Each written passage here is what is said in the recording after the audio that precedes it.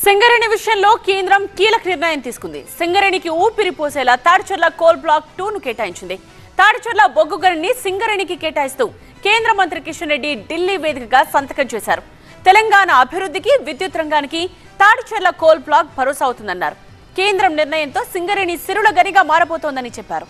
వేల కోట్ల ఆదాయం, వేలాది ఉద్యోగాలు లభిస్తాయని కిషన్ రెడ్డి ప్రకటించారు. తెలంగాణ అభివృద్ధికి సంబంధించి మరో కీలక పరిణామం చోటు చేసుకుంది. సింగరేణి సంస్థకు తాడిచెర్ల కోల్ బ్లాక్ 2ను కేటాయిస్తున్నట్లు కేంద్ర మంత్రి కిషన్ రెడ్డి ప్రకటించారు. దీనిపై కేంద్రం తుది నిర్ణయం తీసుకున్నట్టు తెలిపారు. తాడిచెర్ల బ్లాక్ 2 ద్వారా 182 మిలియన్ టన్నుల బొగ్గు ఉత్పత్తి చేయొచ్చని, ఏటా 6 మిలియన్ టన్నుల బొగ్గు ఉత్పత్తి అవుతుందని వెల్లడించారు. సుమారు 40 నుంచి 50 ఏళ్ల పాటు నిరంతరాయంగా బొగ్గు ఉత్పత్తి జరుగుతుందన్నారు.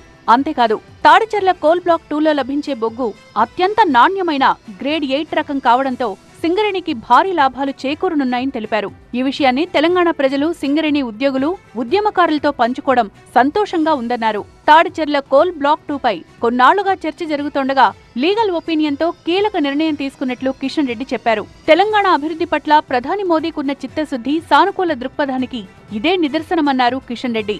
తెలంగాణ పట్ల చాలా చిత్తశుద్ధితో ఉన్నటువంటి ప్రధానమంత్రి గారు సానుకూల దృక్పథంతో ఉన్నారు కాబట్టే మరి ప్రధానమంత్రి గారు స్పందించి తాడిచెర్ల 2 సింగరేణి సంస్థకు ఇవ్వడానికి అంగీకరించారని ఈ సందర్భంగా మనవి చేస్తా ఉన్నాను. తాడిచెర్ల 2 కోల్ బ్లాక్ ఆ ఫైల్ మీద సంతకం చేశాను.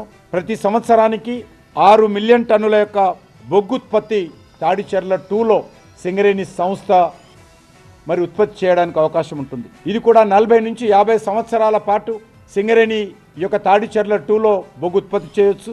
తాడిచెర్ల బ్లాక్ 2ను సింగరేణి కేటాయించడం ద్వారా వచ్చే ఆదాయం, ఉద్యోగ అవకాశాలపైన కేంద్ర మంత్రి కిషన్ రెడ్డి కీలక విషయాలు వెల్లడించారు. తాడిచెర్ల బ్లాక్ 2తో సింగరేణికి 64,000 కోట్ల రూపాయల రెవెన్యూ వస్తుందని చెప్పారు. తెలంగాణ ప్రభుత్వానికి కూడా 16,000 కోట్ల రూపాయల ఆదాయం సమకూరుతుందన్నారు.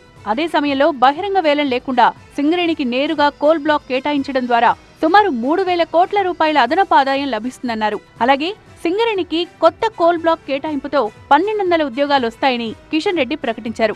ఇక గతంలో అనేక మంది ముఖ్యమంత్రులు కేంద్రానికి విజ్ఞప్తి చేసినప్పటికీ తాడిచెర్ల కోల్ బ్లాక్ 2 విషయంలో సరైన నిర్ణయం తీసుకోలేదని ఆరోపించారు.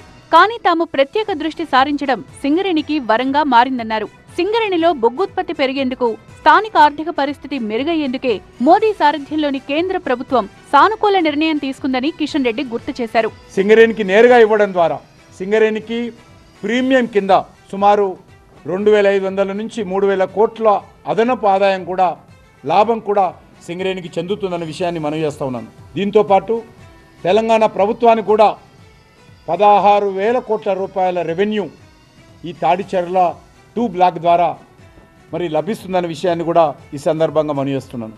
మొత్తంగా దశాబ్దాలుగా పెండింగ్ లో ఉన్న సింగరేణికి తాడిచెర్ల కోల్ బ్లాక్ 2 కేటాయింపు వ్యవహారంపై క్లారిటీ వచ్చింది. తాడిచెర్ల బ్లాక్ 2ను తెలంగాణకు కేటాయిస్తూ కేంద్రం నిర్ణయం తీసుకోవడంపై ఇక్కడి ప్రజల్లో హర్షం వ్యక్తమవుతోంది.